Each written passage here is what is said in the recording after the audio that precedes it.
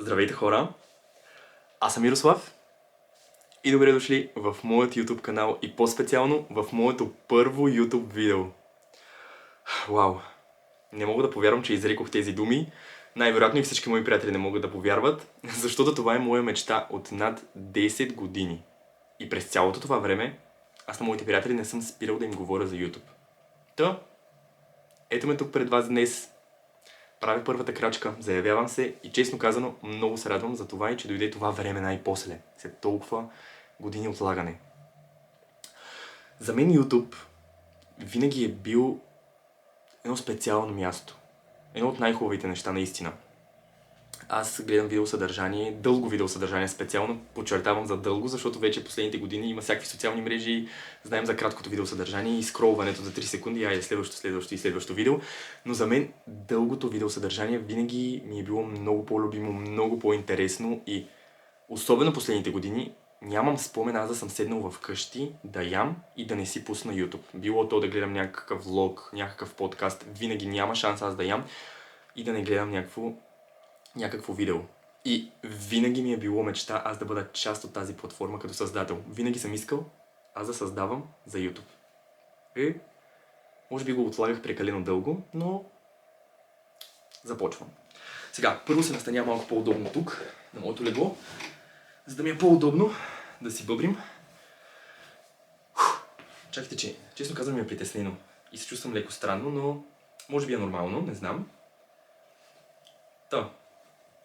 Сега ще ви говоря за моя живот. Не, всъщност, какво да ви говоря за моя живот? То моят живот, между другото, хора, е пълен хаос, както и съзнанието ми е пълен хаос. По-скоро ще ви говоря за YouTube и за тази моя мечта, как се заражда. И да, за пътя до тук, до това първо YouTube видео. Помня през 2018 година, тогава в началото на годината, една от целите ми беше да започна с YouTube. Тогава даже си купих статив. Познайте дали почнах? Очевидно не. През 2019, след като завърших училище, през лятото, започнах. Качих 3 видеа. Не ме питайте как ги обработвах и всъщност какви бяха видеята. Това не го коментираме. Но така и не продължих. Тогава исках да имам малко повече свобода, да си живея сам, както в момента, да ми е така по-уверено, да имам повече пространство и общо да си правя каквото си искам, да си снимам съдържание, каквото на мен ми е кеф, да не се съобразявам с други хора постоянно вкъщи, а да си бъда така сам и като си кажа сега да ми снимам. После дойде COVID. Няколко години имах доста така труден личен период от живота ми. 2024 година си казах, това е годината, в която започвам. 2024 даже бях в една менторска програма. Там имахме различни цели и една от моите цели беше да започна YouTube канал. И моят ментор дори ми помагаше за това нещо. Впоследствие се запознах и с неговата жена и бях и в една нейна програма за навици. И познайте, там също говорихме за YouTube. И аз казах, че това е мечта. И тя също ми помагаше. Не започнах и тогава. А през 2024 си купих и камера. Между другото, е тази камера, от която снимам сега. На която снимам сега. И от 2024 тогава си я купих, защото започвах с YouTube. И вече имам 2 години. И през тези последни 2 години аз между съм снимал някакви влогове и постоянно ми се сменяше концепцията. Значи 2024 бях на едно пътешествие и щях да започвам като първо YouTube видео влог от това пътешествие. После ми се промени, исках от друго пътешествие, исках от друг момент постоянно. Буквално през месец си променях концепцията за първото ми YouTube видео. Сега, преди 1-2 седмици си промених последната концепция. Имах пак някаква грандиозна концепция, исках пак да не знам колко яко обработено. Лудница, буквално лудница. И това толкова много ме напрягаше, защото аз имам някакъв опит в обработката. Нали? Аз между другото работя и в медиите и не е като да нямам опит в тази цялата сфера, но не мога да кажа, че съм супер уверен и имам някакъв огромен опит да обработвам толкова готини неща, каквито си представям в съзнанието. Нямам такъв и няма как да направя точно такива неща, каквито си представям. И аз още не съм придобил тези умения, но вече си представям такива неща и тръгвам да снимам някакви супер грандиозни работи. И това много ме напрягаше и си казах, Мирославе, просто спри. И в крайна сметка реших ето така да седна на леглото ми, да бъде супер истинско и да ви разкажа за този целият мой път до ден днешен. Дори на моменти да изглеждам кринж, си казвам, Няма значение. По-добре да съм кринж, но да сбъдвам мечтите си. И така, стигаме до днешен днешен. Вече съм на 26, 2026 година.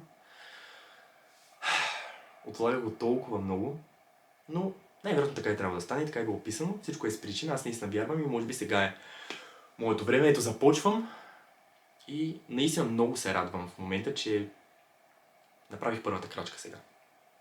През цялото това време на отлагане, на ежедневна база ми идваха какви ли не идеи за видеа. Буквално съм си записвал и в бележки на телефона, и в различни тетрадки. Както ви казах, през цялото това време някакви цели съм си записвал. Ще започвам от тази година, от онази. Буквално всеки ден ми се появяваха най-различен тип идеи. Аз по едно време усетих как аз съм заживял в някаква моя си паралелна вселена, в която аз вече съм ютубър. Мен ми идва една идея, тя толкова много ми харесва, аз до такава степен си развивам съзнанието, че все едно тя се е случила и аз се вълнувам и се радвам и все едно го приемам, че това видео е излезнало в пространството. А то такова нещо не съществува. Аз буквално си бях създал един такъв мой паралелен свят, но реално не създавах най-важното нещо и то е просто да седна и да направя това всичко, което ми е в съзнанието, да го материализирам, така казано. И ще ми се от днес да започна вече да живея повече в реалния свят и наистина да действам, защото докато съм там, тук, то по принцип понякога, въпреки че е много объркано и супер хаотично, понякога е готино. Защото аз съм човек, който винаги имам супер смели мечти и понякога имам толкова грандиозни и щури мечти. Буквално съм такова делуло, но, както и Дара каза, преди няколко седмици, когато спечели Евровизия, това просто беше наистина велик момент. Това също още повече ме вдъхнови и ме мотивира. Буквално бъдете делуло. Бъдете делуло, бъдете кринж, бъдете каквито си искате просто. Мен в момента ми е толкова притеснено и в същото време ми е много вълнуващо и много се радвам. Ако някой се пита, защо ми е притеснено, пък аз просто съм си вкъщи и всичко си е абсолютно нормално, защото наистина ми е трудно, хаотично ми е.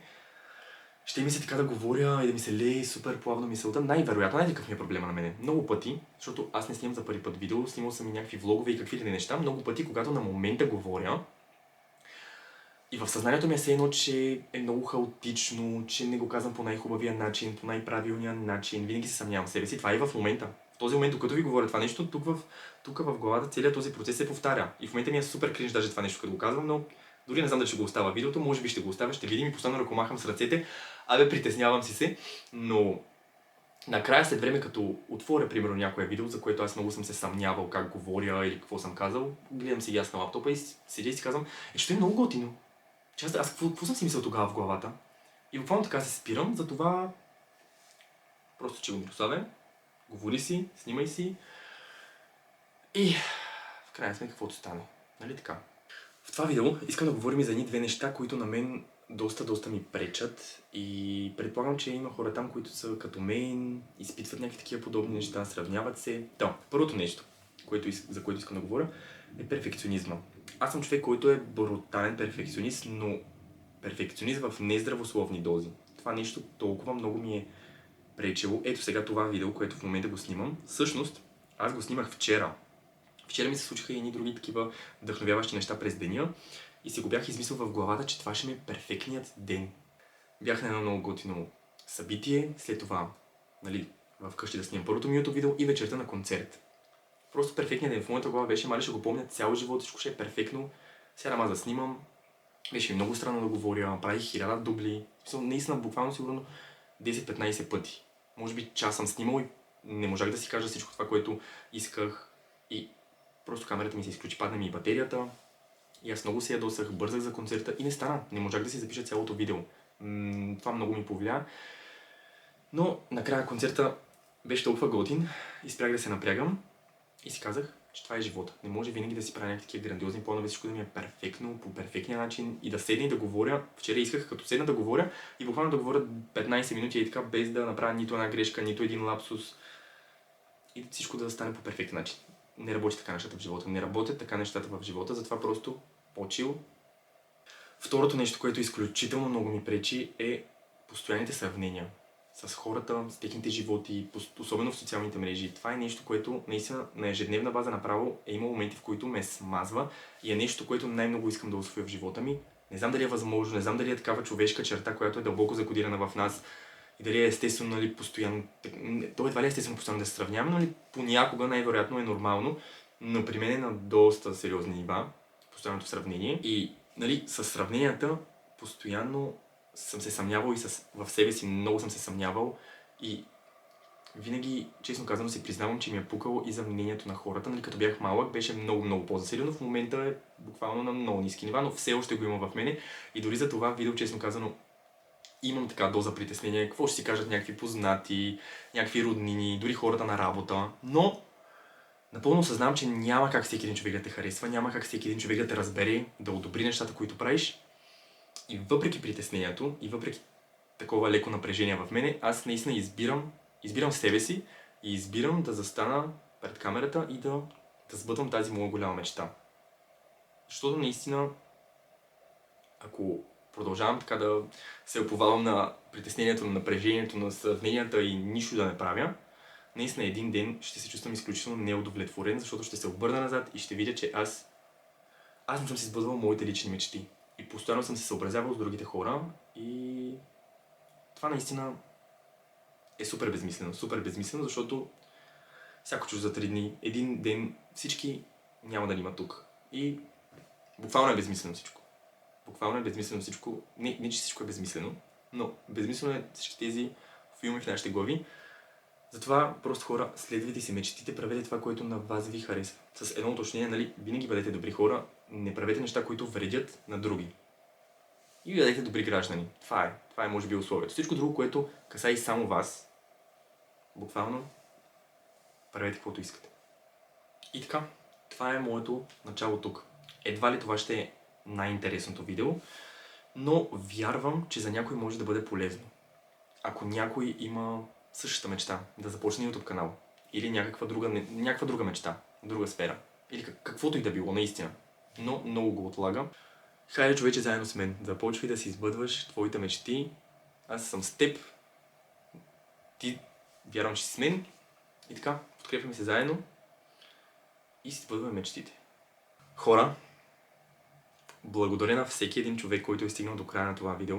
Няма да си представа за мен колко много значи. Много благодаря. Казвам ви чао и ще се видим в следващото видео. Мале, не мога да повярвам. Току-що заснех първото ми YouTube видео. Вие не знам дали осъзнате какво значи това за мен. Вау, не мога да повярвам. Яй! Това може би беше кринч, ама не ми пука. Много се радвам и съм супер хепи. Много съм щастлив, хора! Айде, чао!